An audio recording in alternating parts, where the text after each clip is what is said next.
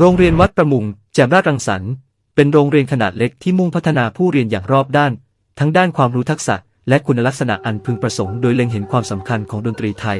ในฐานะมรดกทางวัฒนธรรมของชาติจึงได้ดำเนินโครงการดนตรีไทย 100% เพื่อเปิดโอกาสให้นักเรียนทุกคนได้เรียนรู้และมีส่วนร่วมทางดนตรีอย่างทั่วถึง